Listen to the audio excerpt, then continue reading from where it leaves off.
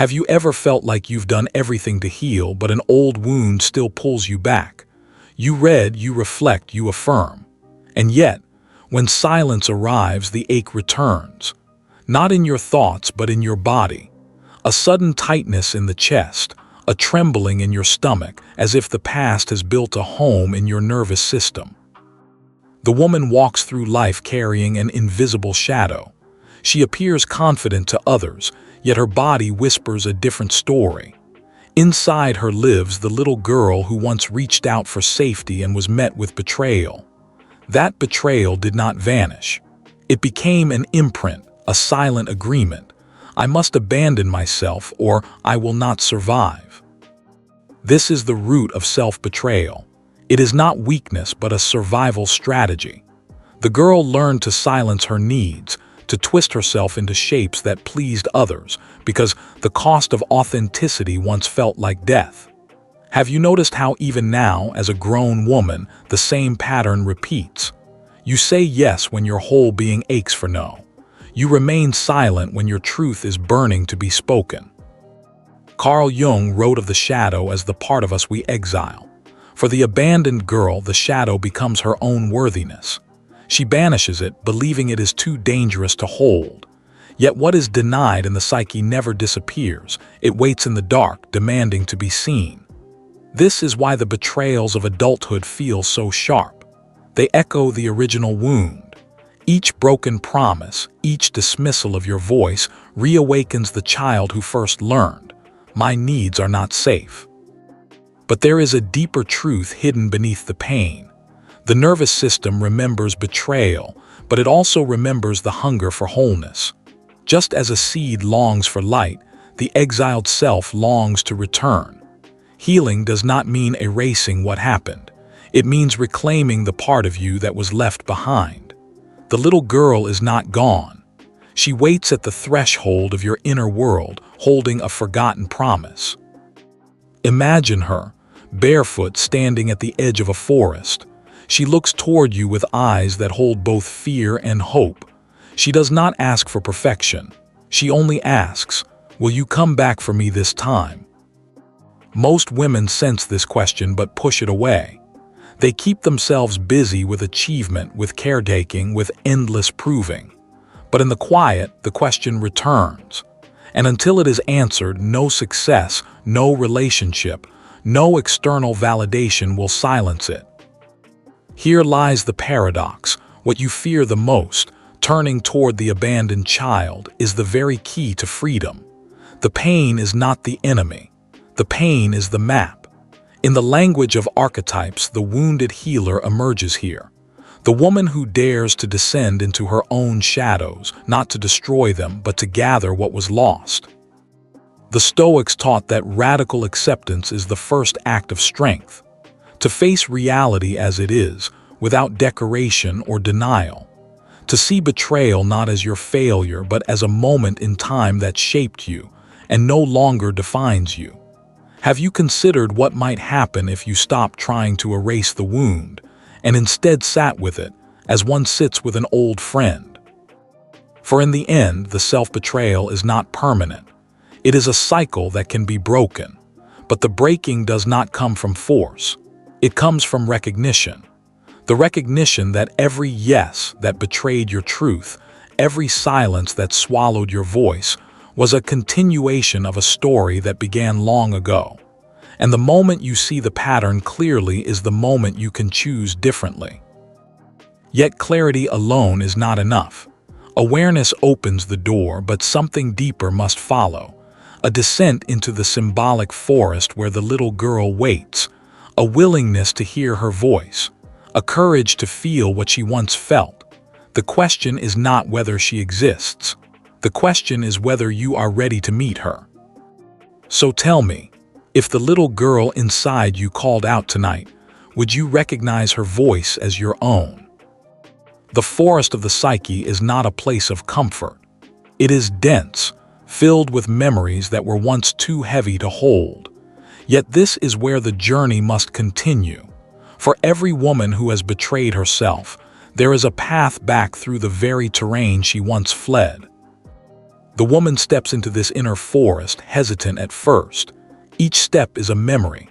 The time she said nothing when her boundaries were crossed. The time she gave her body when her heart screamed no. The time she smiled while breaking inside. These memories are not merely recollections. They are living echoes, stored in muscle, breath, and bone. Somatic memory, Jung might say, is the body's scripture, the way the soul writes its pain into flesh. Have you noticed how your body tenses when you recall these betrayals? How your chest tightens, how your stomach churns? This is the language of the nervous system. It remembers every betrayal more vividly than the mind, and it does not lie. Here lies the paradox of healing.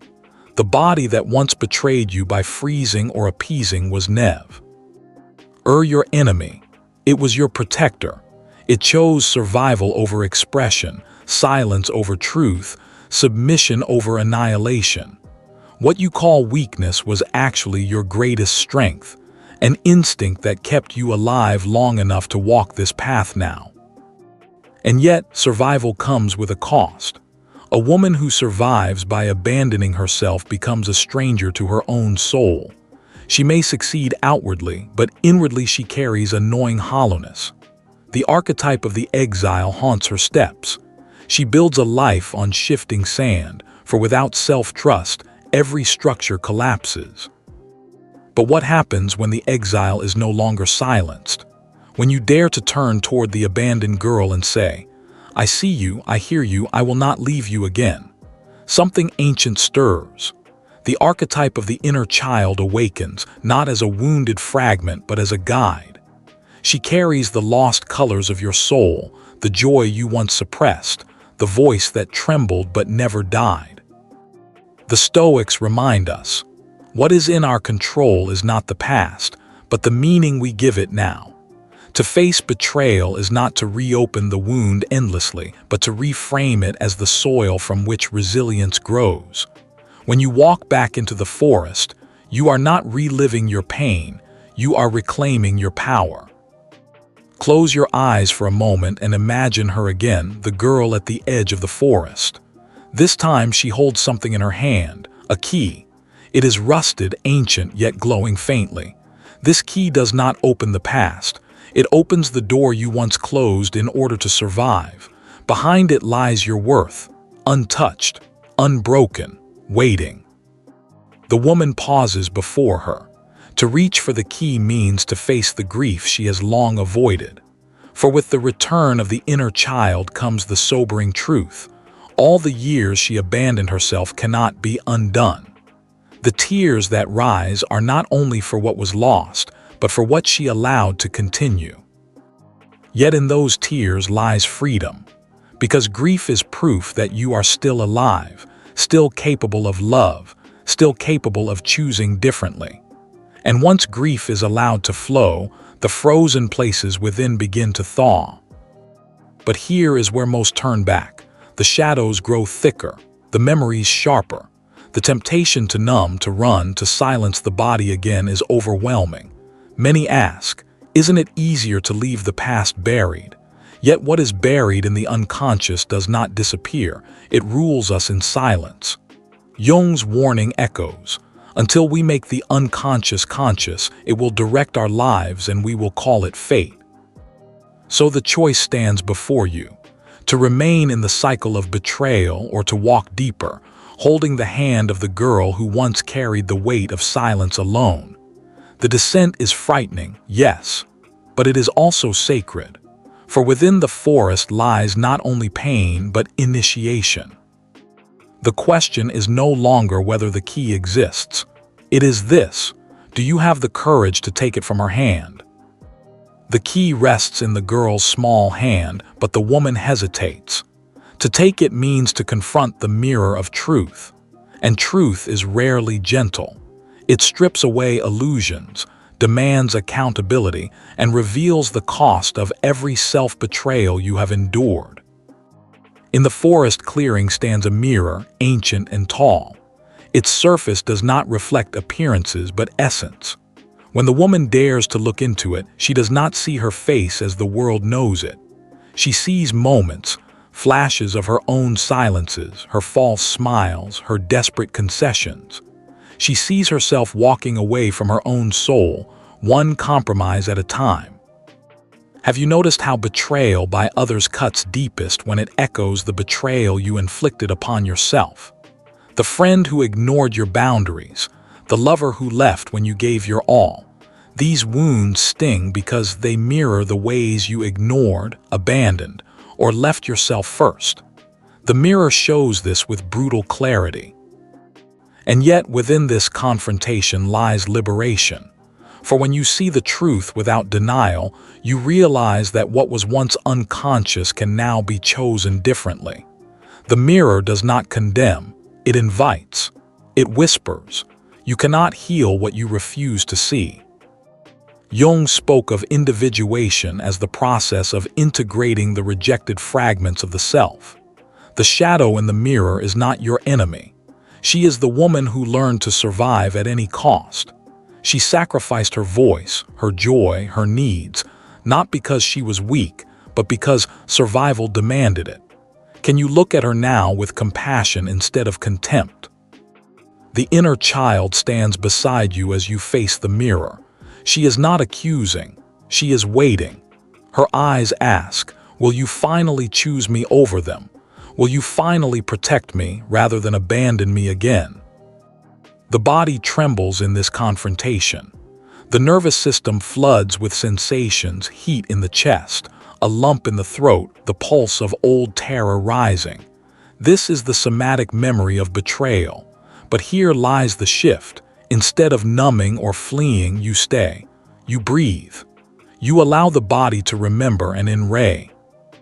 Remembering to release. What once ruled you in silence is given voice. The Stoics remind us pain is not the end, it is the path. Marcus Aurelius wrote, the impediment to action advances action. What stands in the way becomes the way. The mirror, the body's trembling, the grief that surges, these are not barriers to healing. They are the very terrain of healing. But notice how the mind resists. It says, this is too much. You cannot carry it. Yet this is illusion. You have already carried it for years. The real burden is not facing the wound, but suppressing it. When you face it, the weight begins to dissolve.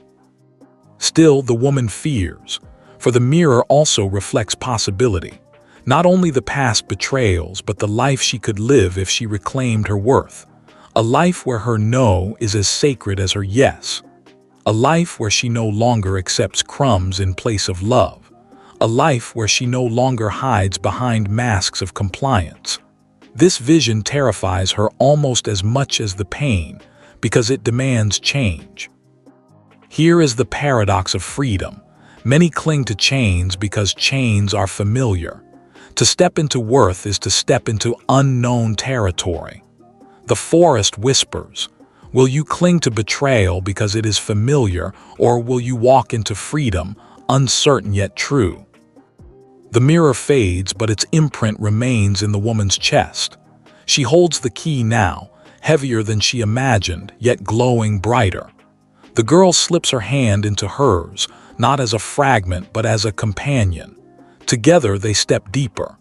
The path does not lead backward, but forward toward a hidden sanctuary where the soul waits to be reclaimed. But the question lingers, pressing against the heart. If freedom is found beyond the chains, what are you still afraid to lose? Beyond the mirror, the forest begins to soften.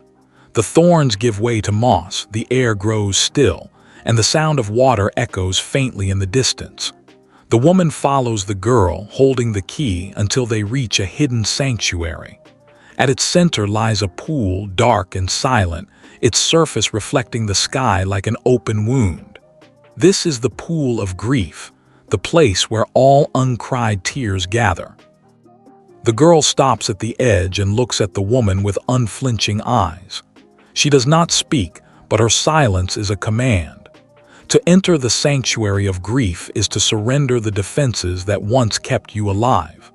It is to weep for every time you betrayed yourself, every time you chose silence, every time you left her waiting. Have you noticed how hard it is to cry for yourself? To give yourself the same compassion you would easily give to another? That resistance is not indifference, it is fear. For grief is the great purifier. Once it begins to flow, nothing remains the same. The woman kneels before the pool.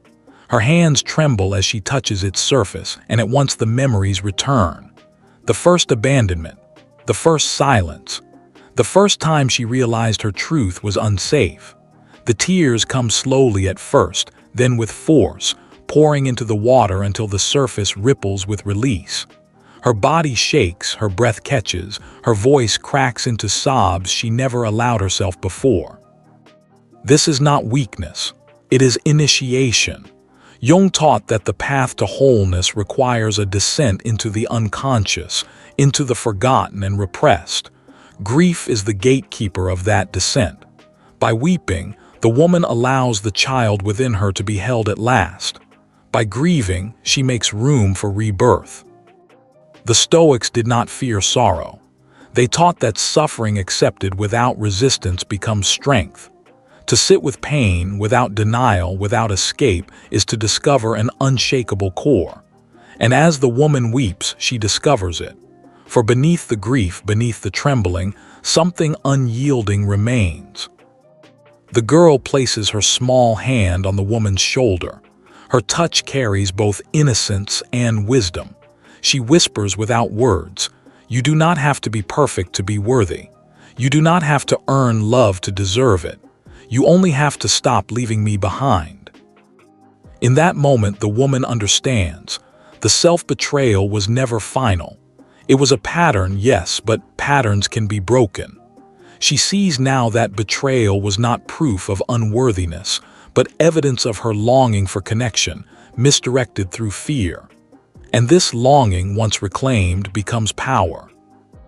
The pool shimmers with her tears. The grief has not vanished, but it no longer controls her. It has been honored, given space, witnessed by both the adult woman and the child she once was. In its place grows a quiet strength. The sanctuary does not erase the past, it transforms it. But transformation carries a price. For once you allow grief to cleanse you, you can never return to old patterns unchanged. The excuses no longer hold. The silence no longer fits.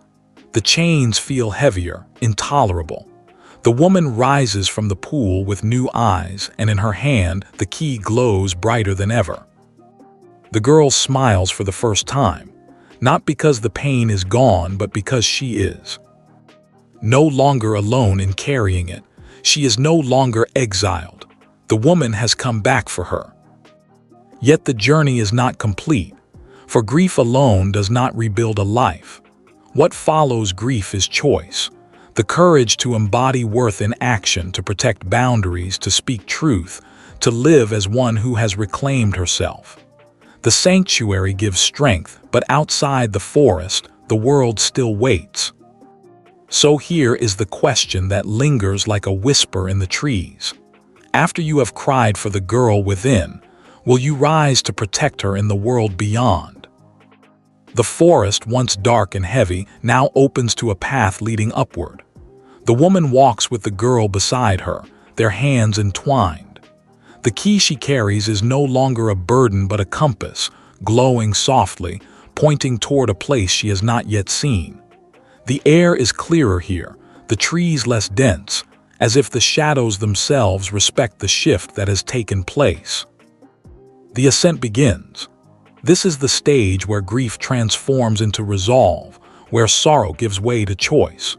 To reclaim self-worth after betrayal is not merely to feel differently, but to live differently. The woman senses this truth in her body.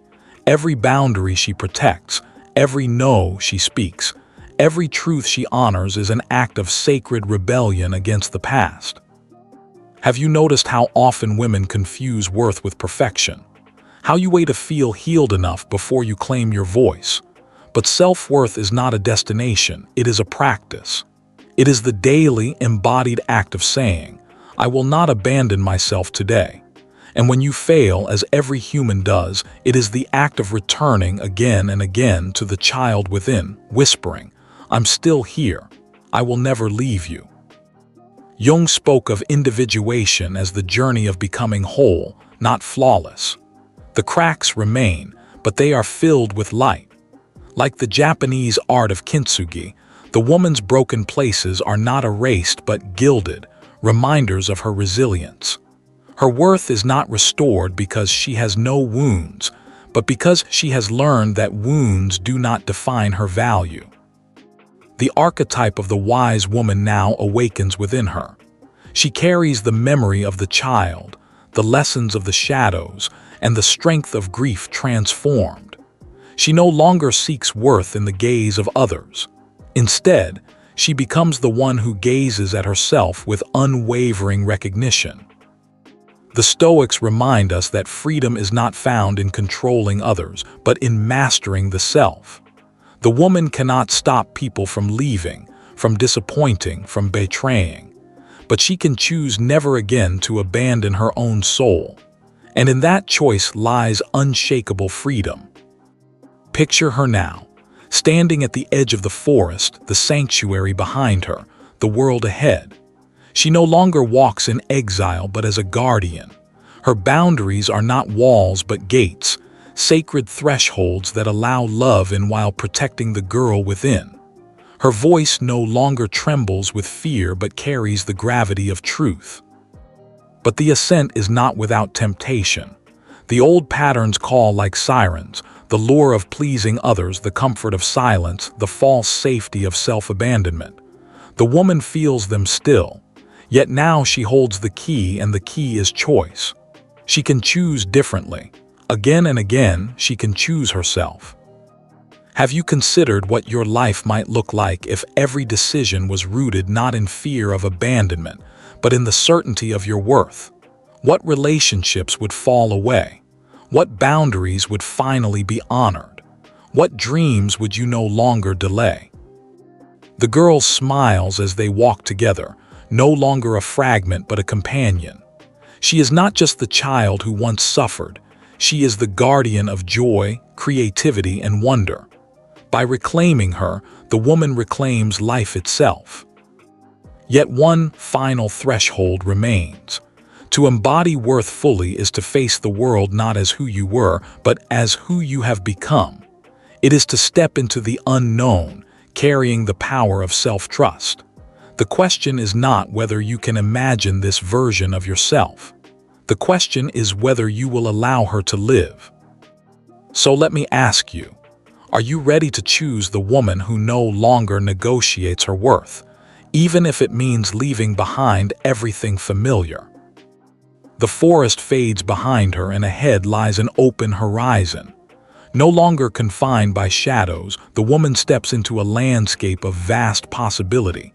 Yet this threshold is the most dangerous of all, not because of external threats, but because of the old self whispering in her ear. The part that says, "It's safer to shrink. It's safer to stay silent. It's safer to betray yourself just one more time." But the woman now knows the truth. Safety bought with self-abandonment is not safety.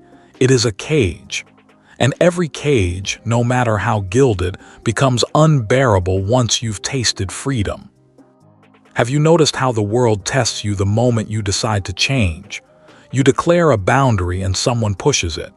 You choose truth and silence feels tempting again. You stand tall and suddenly the old turns resurface. This is not failure, it is initiation. The universe asks, will you choose yourself even when it costs you? Jung spoke of the alchemical process, the transformation of lead into gold. Betrayal, shame, and grief are the lead of the psyche. Heavy, dark, seemingly useless. Yet when faced, integrated, and carried with awareness, they become gold, the wisdom and power of a woman who knows her worth. The archetype of the alchemist awakens here. The woman realizes she has the power to turn every past betrayal into fuel. Each no she ignored becomes a lesson in the sacredness of her yes. Each silence she carried becomes a vow to speak. Each abandonment she endured becomes a promise never to abandon herself again. The Stoics remind us that we cannot control the world, only our response. Betrayal may still come. Disappointment may still visit. But the woman's worth no longer depends on whether others keep their promises. Her worth is her own vow, kept daily, fiercely, tenderly to the child within. She envisions her future self, walking into rooms with presence instead of apology, speaking with clarity instead of hesitation, loving without losing herself. This vision is no longer fantasy, it is blueprint, and each choice she makes becomes a brick in the foundation of this new life. But freedom always carries a question. For once you reclaim your worth, you cannot live as you once did. The jobs, the relationships, the habits built on self-betrayal will crumble. What felt tolerable before becomes unbearable. What once fed your fear will starve your soul. This is the cost of rebirth, the shedding of what cannot follow you into your becoming. The woman holds the girl's hand tighter. Together they look ahead, not at the shadows of the past, but at the mountain of possibility rising before them. The key glows with steady light. It has unlocked the door of grief, and now it points the way to embodiment. The world may not understand.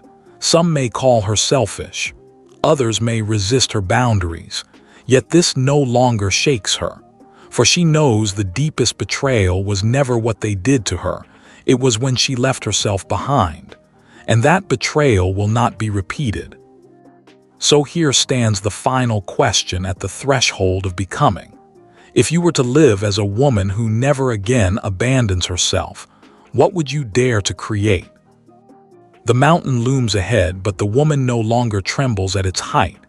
She has walked through shadow, faced the mirror, wept at the pool of grief. Now every step she takes is no longer a search for worth. It is the embodiment of it. The girl within her no longer hides. She walks beside her as an equal, her laughter and innocence weaving into the woman's strength and wisdom. Embodiment is not abstract. It is choice, lived daily. It is the moment you feel fear but speak your truth anyway. It is the refusal to shrink in the presence of those who once demanded your silence. It is the way you sit at the table of life without apology, no longer begging for permission to exist. Have you noticed how different the body feels when you choose yourself? The shoulders lift, the breath deepens, the heart steadies. Self-worth is not a thought, it is a posture, a rhythm, a way of moving through the world. The nervous system, once a battlefield of survival, becomes a sanctuary. Safety is no longer sought in others but generated within. Jung spoke of individuation as the marriage of opposites. Within the woman now lives both the child and the elder, the wound and the wisdom, the shadow and the light. She no longer seeks to cut parts of herself away. She integrates them, becoming whole, and wholeness is power. The archetype of the sovereign now awakens. She is not a queen who rules by dominance but by presence. Her worth is not negotiable, not proven, not begged for, it simply is. She no longer chases love, validation, or belonging. She chooses. She discerns. She creates her life as an extension of her inner wholeness. The Stoics remind us that a fortress built within cannot be shaken by storms without. Betrayal may come, rejection may sting, but these no longer determine her essence. She has built her sanctuary on rock, not sand. Picture her now standing at the mountain's summit. The sky stretches wide above her, the forest lies far below. She breathes deeply, feeling both the gravity of the past and the vastness of what awaits. The girl within her dances at her side, free at last. This is the reclamation of self-worth after self-betrayal, not the erasure of wounds, but the choice to live as if every scar has become a crown. To love without losing oneself, to grieve without drowning, to rise without apology. And now, a new life beckons. A life where worth is the foundation, not the question. A life where every choice flows from self-trust. A life where the woman who once abandoned herself now stands unshakable in her sovereignty. So here is the final invitation, the one only you can answer.